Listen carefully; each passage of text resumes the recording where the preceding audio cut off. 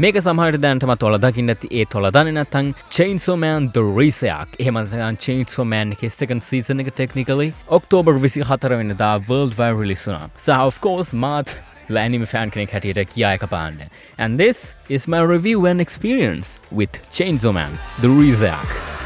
Review එක පටන් ගන්න කලින් මට කියන්න තියෙනවා KCC එකේ එයාලා subtitles නැතුව ෆිල්ම් එක පෙන්නුවේ. Yes, Japanese version එක subtitles නැතුව පෙන්නුවේ. ඒක නිසා ෆිල්ම් හෝල් එකේ හිටපු කාටවත් ෆිල්ම් එක තේරුන්නේ නැහැ. හැබැයි එයාලා රිෆන්ඩ් එකක් දුන්නා ආයේ බලන්න කියලා. I just want to tell you that මට ෆිල්ම් එක තේරුණා මොකද මට ෆිල්ම් එක බලද්දි මතක් වුණේ මම රීසයක් කියෙව්වා කියලා. ඒ කියන්නේ මං එක මං කියෙව්වා. ඒක නිසා මං දන්නවා මොකද්ද වෙන්නේ කියලා. ඒක නිසා මං හරියට රිවිව් කරන්න මේක. Okay. So, ඔයාලා දන්නේ නැත්නම් රීසයක් එක මොකද්ද කියලා. මේක basically season 1 එක ඉවර වෙච්ච ගමන් වෙන්නේ මේ ෆිල්ම් එකේ රීස කියලා කෙනෙක් ඉන්ට්‍රොඩියුස් වෙනවා. රීසේ ඩෙන්ජිට කැමති. හැබැයි ඩෙන්ජි මකිමට කැමති. හැබැයි ඩෙන්ජි පොඩ්ඩක් රීසටත් කැමති. ඒ දෙන්නට මෙයා කැමතිනේ. ඒක නිසා එක්කෙනෙක්ව තෝරගන්න එකේ ප්‍රශ්නේ තමයි මේ ෆිල්ම් එකේ නෝමලි යන්නේ. හරිද? සා රීසේ එයා තමයි මේ ෆිල්ම් එකේ පළවෙනියට ඉන්ට්‍රොඩියුස් වෙන අලුත් කරක්ටර් එක. සා මේක තමයි මට තිබ්බ ලොකුම ප්‍රශ්නේ මේ ෆිල්ම් එකේ එක්ක. මේක රිලීස් වෙන්න කලින් එයාලා කොහොමද රීසෙව ෆිල්ම් එකකින් ඉන්ට්‍රොඩියුස් කරන්න කියලා. right? මොකද නෝමලි ඇනිමේ එක ගොඩක් like build up කරනවනේ එපිසෝඩ්ස් වලින් charactersලා. ඒත් මට කියන්න සතුටුයි එයාලා ඇත්තටම ගොඩක් හොදට රීසව මේ ෆිල්ම් එකේදී ඉන්ට්‍රොඩියුස් කරනවා. වා ෆිල්ම් එකේදී රීසට කැමති විතරක් නෙවෙයි ගොඩක් අකමැතිත් වෙනවා. පළවෙනි විනාඩි 30 පැය වගේ ෆුල් ෆෝකස් එක දෙන්නේ රීසගේ ඩෙන්ජිගේ රිලේෂන්ෂිප් එක පෙන්වන්න.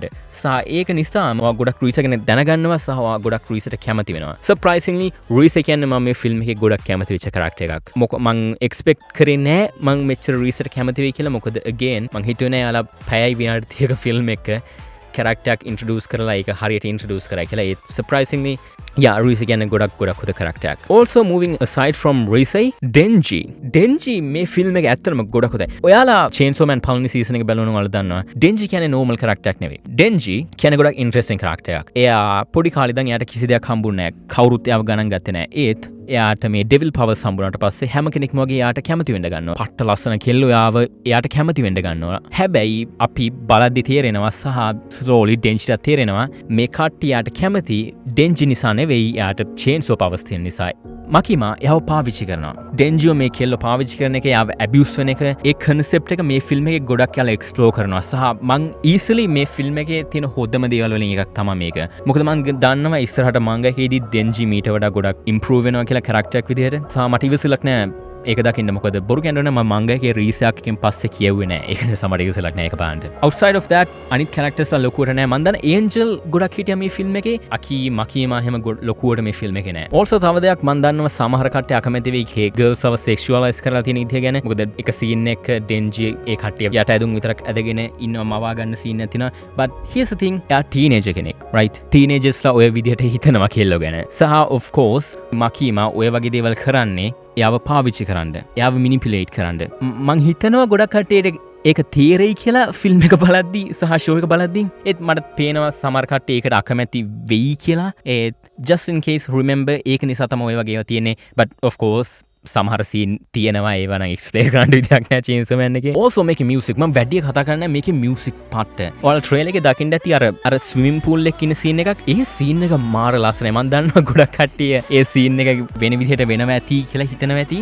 ඒත් trust me ඒ සීන් එක තමයි මම මේ ෆිල්ම් එකේ දැක්ක ලස්සනම සීන් එක. now outside of that action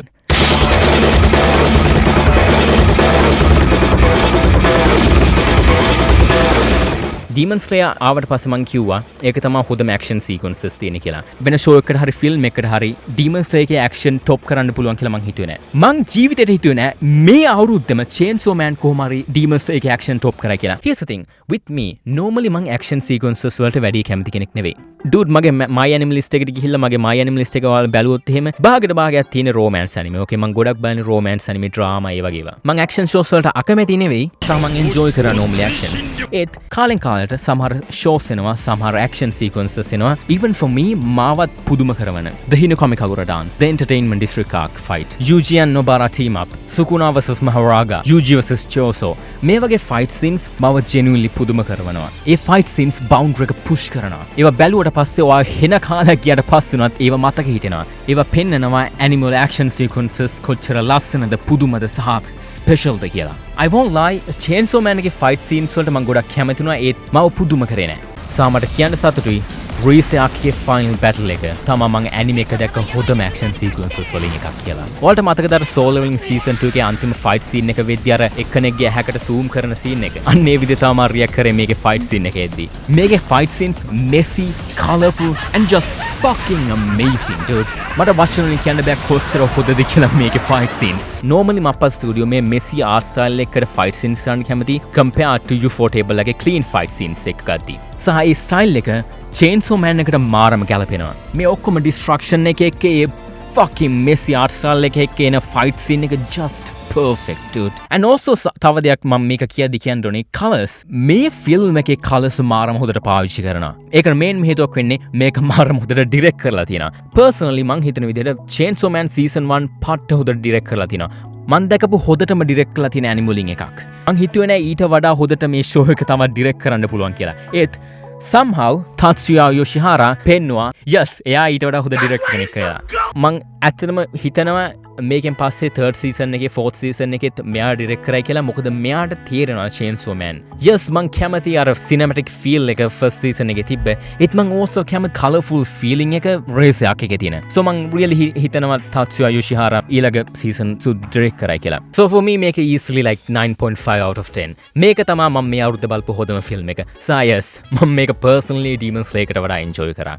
yes මං හිතනවා Demon Slayer එකේ මීට වඩා හොඳ emotional beats තිබ්බා කියලා like especially with backstories and stuff. මේක film එකක් වගේ හිතෙනවා right? so yeah just overall මම මේකට Demon Slayer එකට වඩා කැමති වුණා. සහ personally මේක තමයි මං හිතන විදිහට හොඳම anime film එක මේ අවුරුද්දේ. සහ ඔයා තාම බැලුවේ නැත්නම් please ගිහලා බලන්න. මම දන්නවා කට්ටිය cam copy බලනවා එහෙමයි කියලා. just ගිහිල්ලා anime වලට පුළුවන් නම් support කරන්න. again මේ ෆිල්ම් සල්ලි හෙව්වොත් විතරයි අපිට තවත් ඇනිමේ ෆිල්ම් ලංකාවේ හම්බෙන්නේ. ඒක නිසා ප්ලීස් ගිහලා සපෝට් කරන්න. ඒකයි මම මේ පළවෙනි දවසම ගිහලා බලන්නේ. පෙන්නන්න යා ඇනිමේ බලනවා ලංකාවේ කට්ටිය කියලා. so යා මං හිතන්නේ දෙසැම්බර් වල තියෙන Jujutsu Kaisen ෆිල්ම් එක එයි කියලා. මොකද ඒක පබ්ලිෂ් කරන්නේ G-Kids. G-Kids ලා පබ්ලිෂ් කරන ෆිල්ම්ස් normally ලංකාවට එන්නේ නැහැ. Sony ලා තමයි Chainsaw Man එක Demon Slayer එකයි පබ්ලිෂ් කරන්නේ. ඒක ලංකාවට ආවේ. so ඒක නිසා මට ෂුවර් නෑ Jujutsu Kaisen එක එයිද කියලා. ඒත් ආවොත් අනිවාර්යෙන්ම යනවා.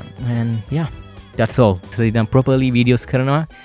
so ආලා මගේ YouTube channel එක subscribe කරලා නැත්නම් subscribe. hopefully you'll guys just support me and yeah that's it. bye.